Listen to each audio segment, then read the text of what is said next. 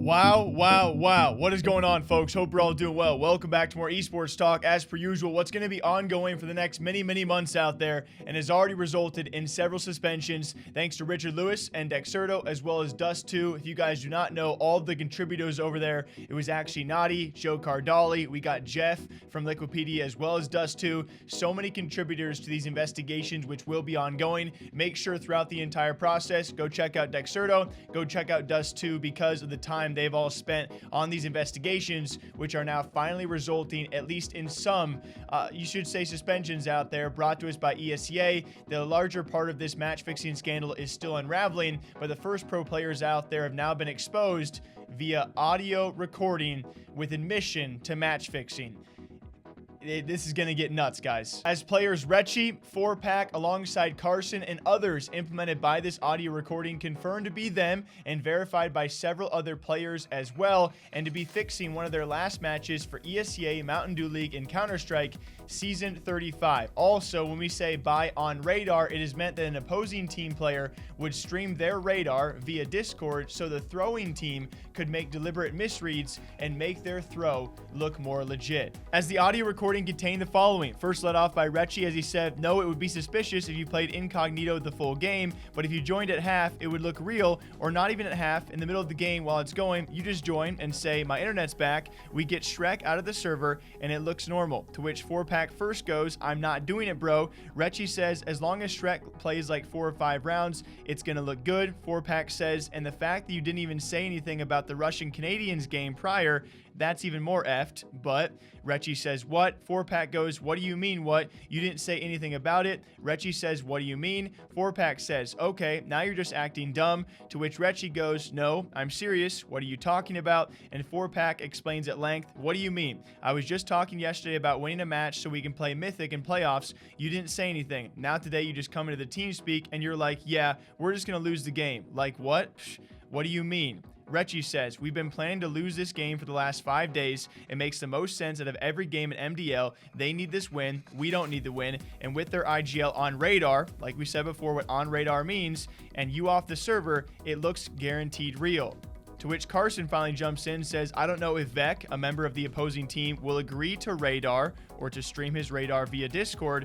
Retchy says he does. He agrees to radar on the condition that I'm letting him use 2 Bitcoin sites. Bitcoin's going to come back into this later on as well, and I'm going to share profit from those 2 sites. And Joel's is okay with it too, and they're not. I told them there's no way you tell Battery or Saturn it needs to look like a legit try-hard game, so hence they're not going to tell their teammates about the throw.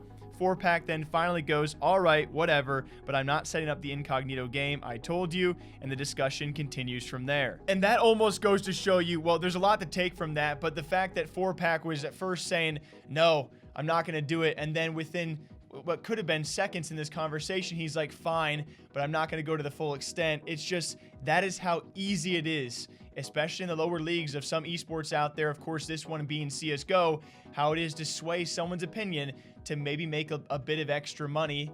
It's just, it's really sucky to see a lot of reactions out there, a lot of great reactions from Counter-Strike players as well, and Valorant players. I can't cover them all, but a lot of them just...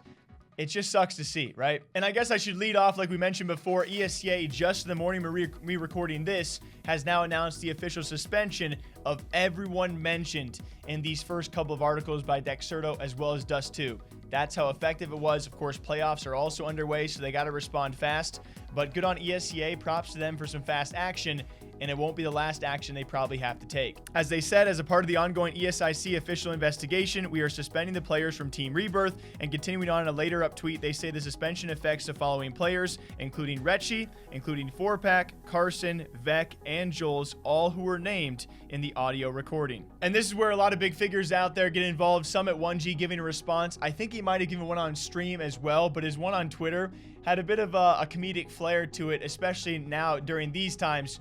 We're going to need some laughs out there because they might be far and few between, but even Summit1g reacting to all of the CSGO match fixing. As he said, if you're fixing CS matches, then you have a small wiener and would have never made it back in the early CS days. Kind of disrespectful to the dudes who paved the way for you to make money playing the game. Your butt doesn't even have to go to LAN nowadays. To which Tarek responds, sheesh, and then Summit goes, on an unrelated unrelated note, I still require compensation for my play a couple years back. Thank you. If you guys do not know that Summit1g Molly, who was beneficial for Tarek and many in the community out there, to which Tarek goes, "Are you kidding me? The 1G Molly was the best thing that could have ever happened. You live in CSGO history forever. The 1G LLC revenue streams have skyrocketed since." And then we have Cloud9 Skylar adding on to this, saying, "To add on to this, if you saw the iBuyPower scandal and still decided to throw in match fix and spit in the face of not only competitive integrity but all your fellow players, I have zero sympathy for you and hope your past catches up and you get the punishment you deserve. It's even more gross how many of these players